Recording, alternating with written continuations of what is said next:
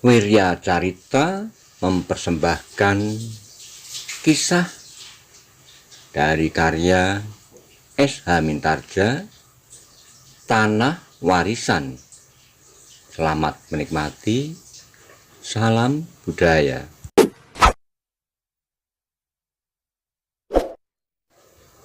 Kisah ini berlatar belakang pada era zaman Kerajaan Pajang. Pada waktu itu sedang terjadi perseteruan antara Pajang dengan awal berdirinya Mataram. Bagaimana kisah selanjutnya? Mari kita simak bersama-sama. Monggo kula aturi subscribe, like, komen, saha share. Matur nuwun.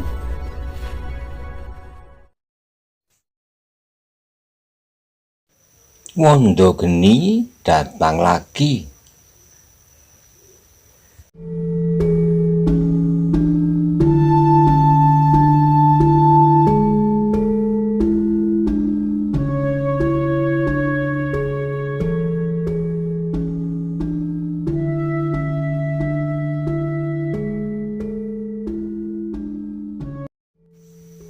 Titik air mata perempuan itu semakin deras.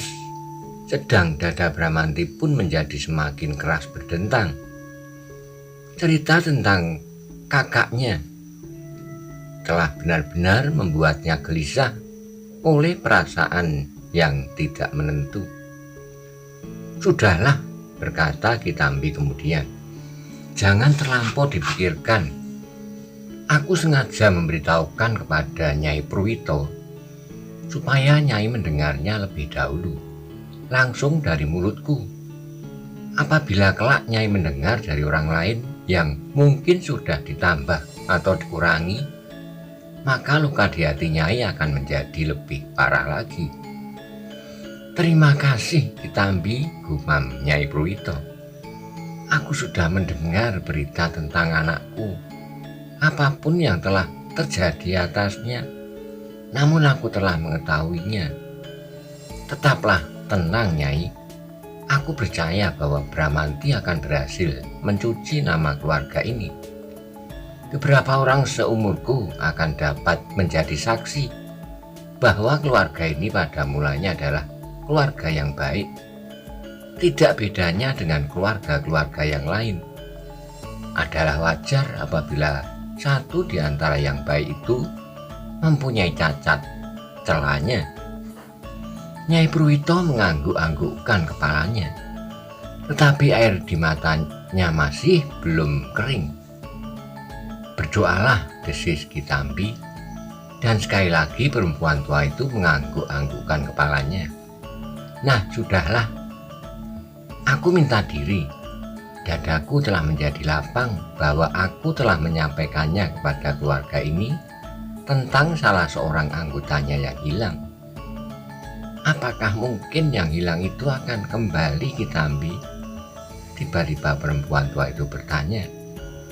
Kitambi terpenung sejenak, namun kemudian ia mengangkat pundaknya sambil berkata, hanya Tuhanlah yang tahu.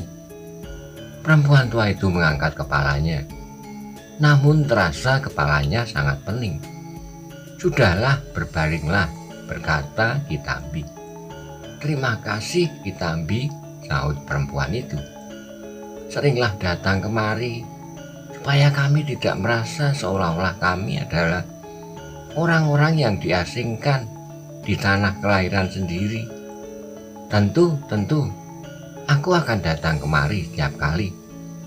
Kitambi pun kemudian meninggalkan rumah itu, diantar oleh Bramanti sampai ke Regol. Kemudian peninggalan orang tua itu, Bramanti berjalan dengan kepala tunduk naik ke rumahnya kembali. Ditemuinya ibunya masih berbaring di pembaringannya. Bramanti, berkata ibunya perlahan-lahan, kau sudah mendengar semuanya. Bramanti mengangguk-anggukkan kepalanya. Kemudian ia duduk di samping ibunya sambil menundukkan kepalanya. Harapanku satu-satunya adalah engkau. Aku harap kau menyadarinya. Tak ada sandaran apapun lagi dalam sisa hidupku ini. Bramanti mengangguk-anggukkan kepalanya. Jawabnya, aku mengerti, Bu, dan aku akan berusaha. Berusaha sedapat-dapat aku lakukan. Ibunya mengangguk-anggukkan kepalanya. Kemudian katanya, sekarang aku ingin tidur, Bramanti. Kepalaku terlampau pening. Ibu jangan terlampau terpukau oleh peristiwa yang diceritakan oleh Kitambi. Ibu harus menenangkan diri dan mencoba melupakannya. Perempuan itu mengangguk. Memang sebaiknya ibu mencoba untuk tidur. Sekali lagi perempuan itu menganggukkan kepalanya. Bramanti pun kemudian pergi keluar rumah. Tanpa sadarnya kakinya telah membawanya masuk ke dalam kandang yang kosong. Perlahan-lahan ia duduk di atas jerami yang kering bersandar dinding. Cerita Kitambi tentang kakaknya telah membuatnya menjadi semakin jauh daripadanya. Bahkan ia merasa bahwa kakaknya itu telah mempersulit usahanya untuk memperbaiki nama keluarganya. Sebelum ia dapat berbuat sesuatu, maka setiap orang akan memalingkan wajahnya. Apalagi mereka berlalu di depan rumah itu. Terlebih-lebih lagi dari saat-saat sebelumnya. Aku tidak boleh menunggu terlampau lama, desisnya. Semuanya harus segera berakhir. Permainan yang menjemukan itu pun harus segera berakhir. Namun kemudian ia bergumam, tetapi aku tidak dapat tergesa-gesa. Aku harus mematangkan suasana lebih dahulu. Apabila aku tidak ingin gagal. Dalam kekalutan pikiran itulah ia kemudian membaringkan dirinya. Meskipun ia tidak tertidur, tetapi ia menjadi terkejut ketika disadarinya bahwa matahari telah menjadi terlampau rendah. Dengan tergesa-gesa Bramanti keluar dari dalam kandangnya yang kosong itu. Diambilnya sapu lidinya dan mulailah membersihkan halaman itu. Kali ini sudah di depan dan di sekeliling pendopo saja. Karena sebentar kemudian matahari menjadi semakin merah di punggung bukit.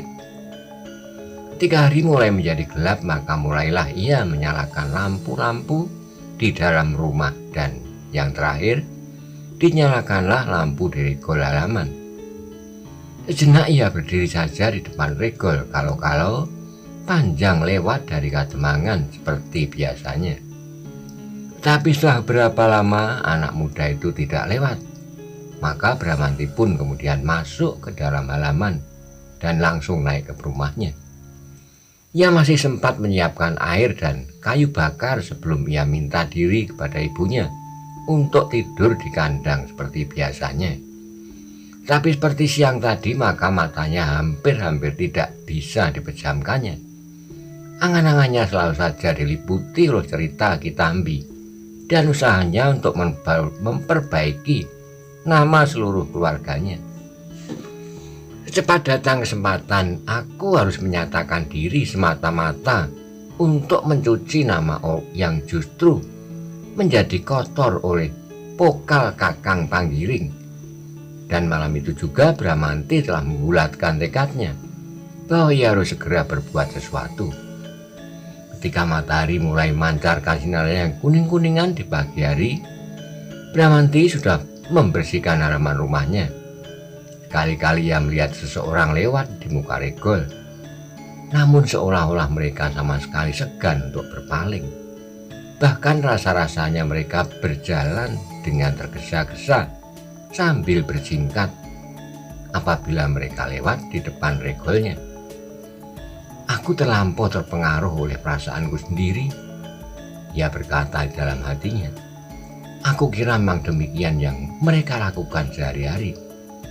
Mereka belum tentu telah mendengar cerita tentang Kakang Panggiring, sehingga sikap mereka sama sekali tidak ada sangkut pautnya dengan sikap Kakang Panggiring itu. Namun hal itu telah memperkuat keyakinan Bramanti bahwa ia harus segera berbuat sesuatu supaya nama keluarganya tidak menjadi semakin lama semakin cemar dijauhi.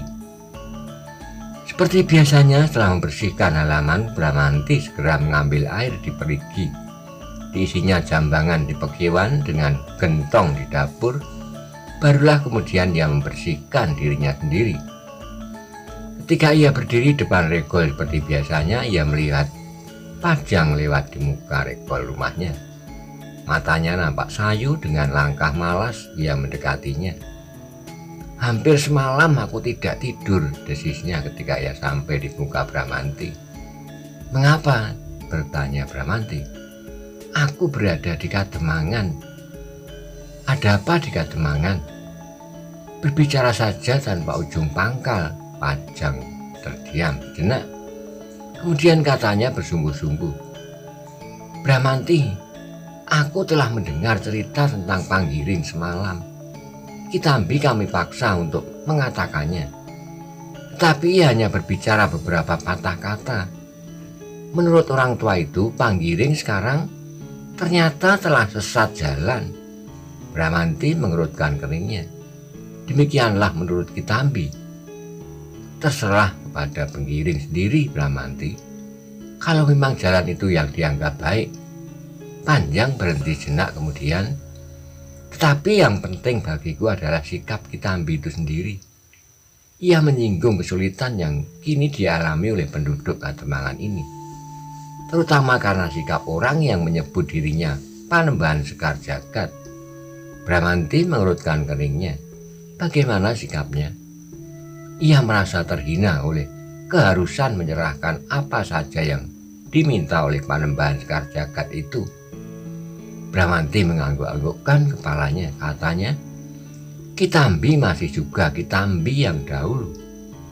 Bagaimana sikap Ki Demang dan Ki Jogoboyo? Bertanya Bramanti. Sudah tentu Ki Jogoboyo sependapat dengan Kitambi.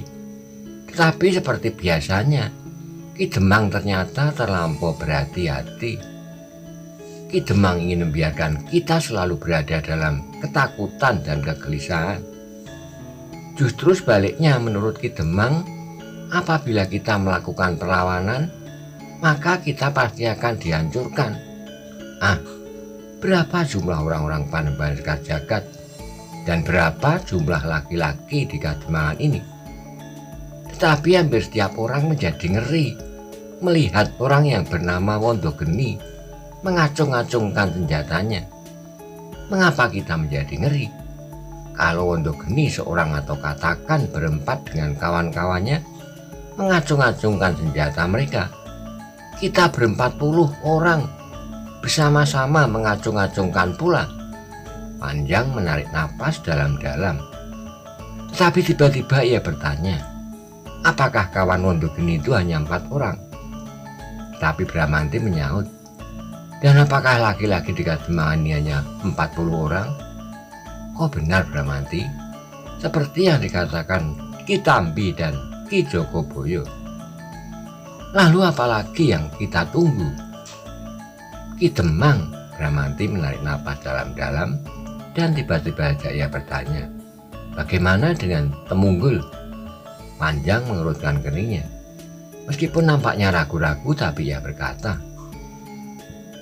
ia mempunyai pertimbangan lain. Sebaiknya kita tidak membuat mereka marah. Jika mereka marah, maka mereka akan dapat berbuat apa saja. Bahkan mungkin mereka akan menculik gadis-gadis. Tawanan yang pernah kami lepaskan itu ternyata menepati janjinya. Sampai sekarang Wondogeni tidak pernah berusaha mengganggu gadis-gadis kita. Nah, kalau kita mulai dengan tindakan yang menyakitkan hati mereka, maka mungkin sekali hal itu akan terulang kembali. Bramanti berdesah. Ia selalu dibayangi oleh gadis-gadis. Ia tidak pernah berpikir tentang Kademangan ini dalam keseluruhan. Panjang tidak menyaut, tetapi justru ia bertanya, Bramanti, seandainya kita benar-benar melakukan perlawanan atas orang-orang yang menjadi utusan Panembahan Sekar Jagad itu, apakah yang kira-kira akan kita lakukan? Bramanti tergagap sesaat. Ia sama sekali tidak menduga bahwa ia akan menerima pertanyaan demikian. Namun sejenak kemudian dijawabnya sekenanya. Aku akan berbuat apa saja menurut kemampuanku. Apakah kau berani berkelahi melawan mereka juga? Sekali lagi Bramantih menjadi tergagap dan sekali lagi sekenanya ia menjawab, aku berani berkelahi melawan orang-orang itu. Kalah atau menang bukan soal bagiku. Panjang tersenyum ditepuknya pundak Bramantih sambil bergumam, kau memang seorang yang luar biasa. Sudahlah, aku akan pergi ke Kademangan. Tapi sebelum Panjang melangkahkan kakinya, tiba-tiba ia terkejut melihat beberapa orang berlari-lari sambil terengah-engah. Salah seorang dari mereka berkata, utusan Panembahan Sekar Jagad telah datang lagi. Panjang menarik napas dalam-dalam. Ketika ia memandang wajah Bramantih, dilihatnya anak muda itu mengatupkan giginya rapat-rapat. Setelah itu telah datang lagi, gumam Bramantih. Kemudian ditariknya Panjang masuk ke dalam regol rumahnya. Sambil menutup regol ia berkata, mereka tidak akan singgah ke rumahku ini. Panjang tidak membantah. Ia berdiri melekat dinding regol di sebelah dalam. Apakah yang akan mereka lakukan? Apakah mereka akan mengambil harta benda lagi? Atau sekedar mengambil ratri? Desis Panjang. Bramantih tidak menjawab, namun wajahnya menegang.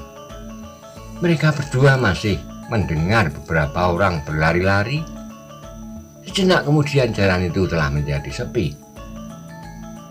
Sebentar lagi mereka akan lewat Desis Panjang. Bramantih menganggukkan kepalanya sambil berdesis, ya, aku telah mendengar derap kaki kuda. Panjang mengerutkan keringnya. Baru ketika ia memasang telinganya tajam-tajam dan kuda-kuda itu menjadi semakin dekat, ia pun mendengar derap kaki-kaki kuda itu pula. Panjang kemudian menahan napasnya ketika kuda-kuda itu lewat di depan regol rumah Bramantih. Tetapi seperti kata-kata Bramantih, mereka tidak akan singgah ke rumah yang meskipun besar itu, tetapi yang sejak beberapa tahun terakhir telah menjadi kosong sama sekali. Karena itu maka mereka sama sekali tidak pernah menaruh minat atas rumah itu, karena mereka tahu bahwa mereka tidak akan menemukan apapun juga di dalamnya selain laba-laba yang berwarna hitam. Ketika kuda-kuda itu kemudian menjauh, maka Panjang dan Bramantih pun menarik napas dalam-dalam. Sejenak mereka masih berdiri saja di tempatnya. Namun sejenak kemudian Bramantih berkata, Panjang, apakah kita akan tetap berada di halaman ini saja? Apa salahnya? Berkata Panjang. Bukankah mereka tidak akan singgah di rumah ini? Ya, menurut perhitunganku pasti tidak. Tetapi entahlah apa, ternyata ada persoalan lain. Persoalan apa yang kau maksud? Apakah kira-kira mereka telah mendengar cerita tentang Kakang Panggiring? Panjang mengerutkan keningnya. Dan kemudian ia menggelengkan kepalanya. Entahlah, aku kira mereka masih belum dengar. Tetapi siapa tahu bahwa ada di antara kita yang memang menjadi alat Panembahan Sekar Jagad. Lalu apakah dengan demikian, seandainya mereka mengetahui persoalan Panggiring, akan dapat menimbulkan masalah baru bagi keluargamu? Nah, itu akan mungkin sekali. Kakang Panggiring adalah seorang perampok seperti Panembahan Sekar Jagad. Dan Kakang Panggiring adalah anak Kademangan ini sejak bayinya. Lalu apakah hubungannya dengan kedatangannya kemari? Mungkin Panembahan Sekar Jagad ingin membuktikan kebenaran berita itu dan ingin bertanya kepada ibu. Mungkin juga karena Panembahan Sekar Jagad mencemaskan kalau Kakang Panggiring akan pulang dan akan menjadi saingan untuk selanjutnya selain seorang yang menyebut dirinya Putut Sabuk Tampar. Panjang mengangguk-anggukkan kepalanya. Kemungkinan itu memang ada, meskipun kecil. Tetapi aku menjadi sangat gelisah, Panjang. Mengapa? Bagaimana kalau mereka nanti akan datang kemari? Mengapa? Jawab saja pertanyaannya. Tapi mereka terlampau buas, kadang-kadang mereka memukul seorang tanpa sebab. Panjang mengerutkan keningnya dan tiba-tiba ia berkata, bukankah kau akan berbuat apa saja menurut kemampuanmu? Tapi bukan seorang diri. Kalau kita bersama-sama telah mulai, apa boleh buat? Tapi bukan aku sendiri. Panjang menjadi heran melihat sikap itu. Ia merasakan ketidakwajaran pada Bramanti. Tidak mungkin bahwa tiba-tiba menjadi menggigil ketakutan. Sedang ketika derap kuda itu mendekat, ia nampak begitu tenang dan bahkan seolah-olah begitu yakin akan dirinya. Tapi Panjang pun yakin bahwa apabila ia bertanya tentang hal itu, Bramanti pasti tidak akan menjawabnya. Karena itu maka bahkan ia bertanya, lalu seandainya demikian, apa yang kau sangka itu benar-benar terjadi? Apakah yang akan kau lakukan? Bramanti berdiam sejenak, namun kemudian ia berkata, aku akan bersembunyi saja, Panjang. Di mana kau akan bersembunyi? Aku akan ke bendungan. Bodoh kau. Hampir saja Panjang berteriak. Kalau kau pergi ke tempat terbuka, maka kau akan segera dilihatnya. Ada banyak kemungkinan yang dapat terjadi atasmu. Tapi, apakah mereka akan sampai ke bendungan itu juga? Mungkin sekali. Mungkin mereka tidak sengaja pergi ke bendungan. Namun mereka mungkin sekali lewat menyusur jalan sempit di dekat bendungan, yang kemudian menyilang parit induk dari air yang naik ke bendungan itu. Kok agaknya sedang bermimpi. Mereka adalah orang-orang yang aneh. Mereka sama sekali tidak menghargai nilai-nilai kemanusiaan sama sekali. Tetapi bagaimanapun juga aku takut, Panjang. Kalau begitu marilah aku antar kau bersembunyi. Kemana? Terserah padamu. Tetapi sebaiknya tidak ke tempat yang terbuka. Jangan, Panjang. Aku tidak mau membuatmu bersusah payah. Kita sudah sama-sama dewasa. Marilah kita berusaha menyelamatkan diri kita sendiri. Aku tidak akan sampai hati melepaskan engkau seorang diri dalam keadaan serupa ini, Bramanti. Kau akan mati ketakutan apabila suatu saat kau bertemu dengan orang-orang Panembahan Sekar Jagad itu. Tapi sebaiknya kau tetap berada di sini, Panjang. Tolong kawanilah ibuku. Kalau mereka benar-benar datang kemari, apakah kataku kemudian? Sejak semula aku sudah menyangka bahwa ia sama sekali bukan seorang yang lemah, tidak berkemampuan dan apalagi cengeng seperti yang dituduhkan oleh Temunggul, gumamnya kepada diri sendiri. Agaknya Temunggul tidak mengenal Bramanti dari dekat. Pada suatu ketika ia akan menyesali semua sikap-sikapnya. Juga Suwelo yang telah melecut Bramanti di arena. Untunglah saat itu bukan aku yang harus berhadapan dengan Bramanti. Namun seandainya demikian, aku akan minta maaf padanya. Panjang mengangguk-anggukan kepalanya. Ia merasa bahwa ia akan segera menemukan kesimpulan dari semua dugaannya itu. Namun sudah sekian lama ia menunggu Bramanti masih juga belum keluar dari dalam rumahnya, sehingga Panjang mulai menjadi gelisah. Sambil berdesah ia berjalan hilir mudik di rigol halaman itu. Setiap kali ia harus berhenti dan memperhatikan setiap gemerisik di luar rigol. Ia semakin lama menjadi semakin didambati oleh kecemasan. Kalau orang-orang Sekar Jagad itu akan lewat lagi di jalan di depan rigol itu. Apa saja yang dilakukan Bramanti, desisnya. Akhirnya Panjang tidak sabar lagi. Ia pun kemudian berlari melintas halaman dan masuk lewat pintu peringgitan. Bramanti, Bramanti, ia memanggil, tapi tidak ada terdengar jawaban. Bramanti, Bramanti, ia memanggil lebih keras. Panjang terkejut ketika ia mendengar suara perempuan menyapanya. Siapa itu? Oh, aku, Bibi, jawabnya ketika ia melihat Ibu Bramanti mendatanginya. Kok Panjang? Ya Bibi, aku mencari Bramanti. Bramanti? Bukankah ia berada di halaman? Mungkin ia sedang bersembunyi. Bukankah orang-orang Panembahan Sekar Jagad datang ke Kademangan ini? Tapi Bramanti baru saja masuk. Ya, ia baru saja masuk dan ia minta diri untuk bersembunyi di dalam atau di mana saja. Aku kira ia pergi atau bersembunyi bersamamu. Demikianlah seharusnya. Kami akan bersembunyi di bendungan selagi mereka belum pergi. Dan Bramanti mengatakan bahwa ia akan minta izin lebih dahulu kepada Bibi. Tetapi aku menunggunya terlampau lama di regol halaman. Sedang Bramanti tidak juga muncul. Wajah perempuan tua itu menjadi berkerut-kerut. Aneh, katanya. Apakah ia masih berada di dalam rumah ini? Tetapi tidak mungkin. Ia pasti akan mendengar kehadiranmu. Panjang mengangguk-anggukan kepalanya. Kini baru ia sadari bahwa sebenarnya Bramanti telah pergi seorang diri. Bramanti benar-benar tidak mau pergi bersamanya.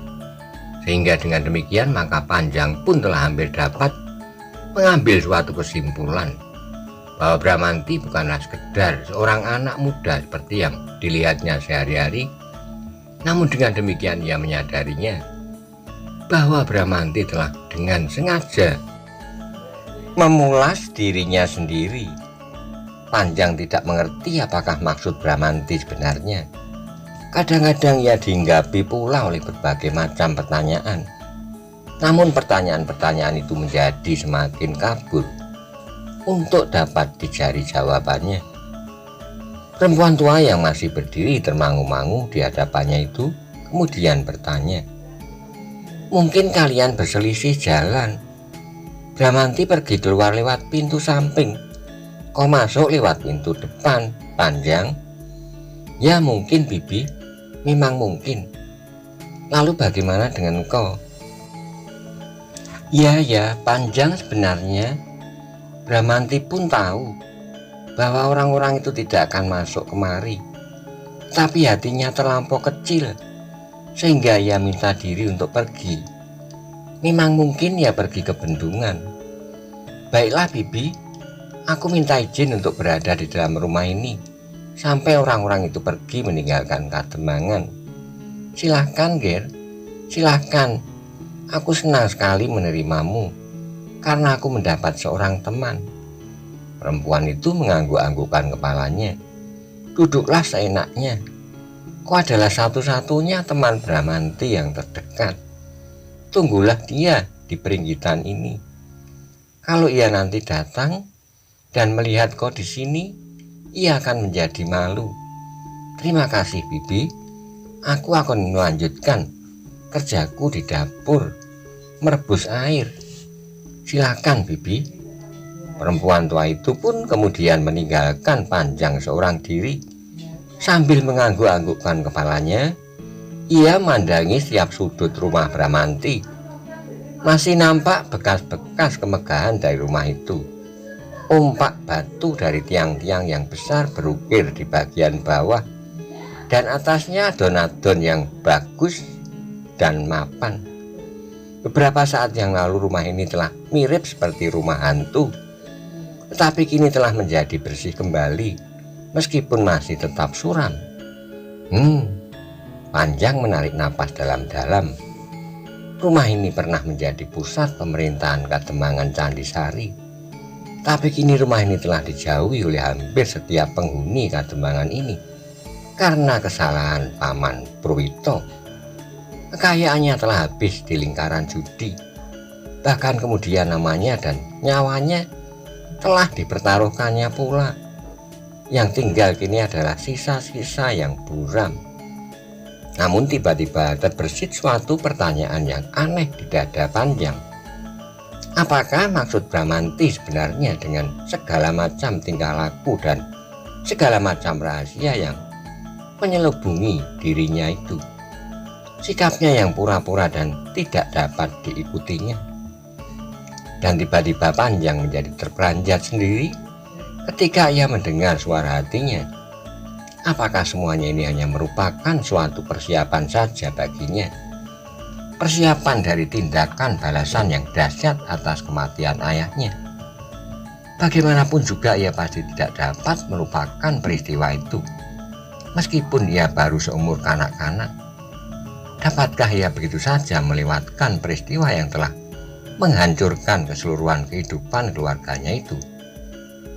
Apabila ternyata Bramanti mempunyai kemampuan seperti yang aku duga, yaitu menyelamatkanku dari saat-saat aku hampir diterkam maut, maka pada saatnya ia pasti akan dapat banyak berbuat untuk melepaskan sakit hatinya. Dan ternyata Panjang telah digelisahkan oleh suara-suara di dalam dirinya itu, sehingga peluh dingin telah membasahi badannya. Tetapi ia mencoba mencari keseimbangan pikiran. Apabila demikian, apakah untungnya ia menolong aku dan Swelo yang sudah jelas menghinakannya di muka banyak orang pada saat pendadaran? Namun Panjang sama sekali tidak dapat mengambil kesimpulan apapun selain menganggap Bramanti sebagai seorang yang menyembunyikan dirinya di balik rahasia yang tebal. Tetapi Panjang itu pun menyadarinya bahwa hanya dirinya sendirilah yang selama ini selalu diganggu oleh berbagai macam pertanyaan tentang Bramanti. Kawan-kawannya yang lain, bahkan Temunggul, Swelo, dan para pemimpin Kademangan sama sekali tidak pernah dirisaukan oleh sikap Bramanti itu. Justru mereka sama sekali tidak tahu menahu tentang rahasia yang selama ini ia meliputinya. Panjang terkejut ketika ia mendengar langkah masuki ruangan itu. Ketika ia berpaling, dilihatnya Ibu Bramanti menjinjing semangkok air panas. "Ah," desis Panjang, "aku agaknya membuat bibi menjadi sibuk." Tidak Panjang. Adalah kebetulan sekali aku sedang merebus air. Minumlah sambil menunggu Bramanti." "Terima kasih bibi," jawab Panjang.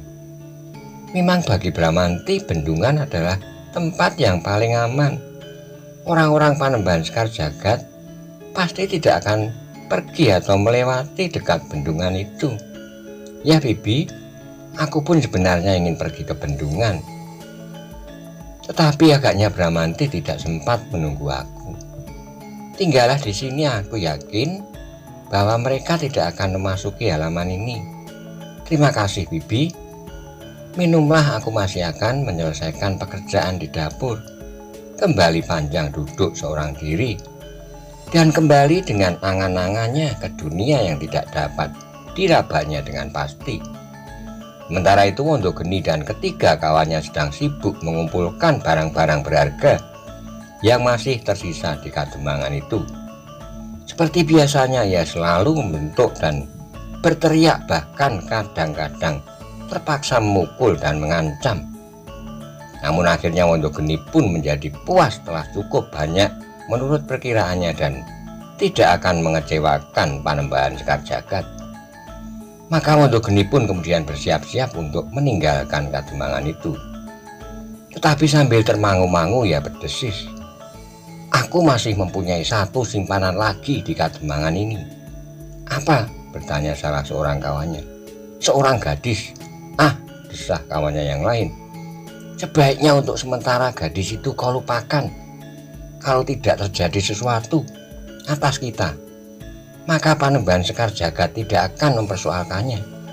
Tetapi apabila dengan demikian timbul kesulitan, maka Panembahan pasti akan marah padaku." Wondogeni mengerutkan keningnya. Tiba-tiba ia menggeram. "Tetapi aku adalah manusia biasa. Manusia yang memiliki nafsu kemanusiaan yang lengkap.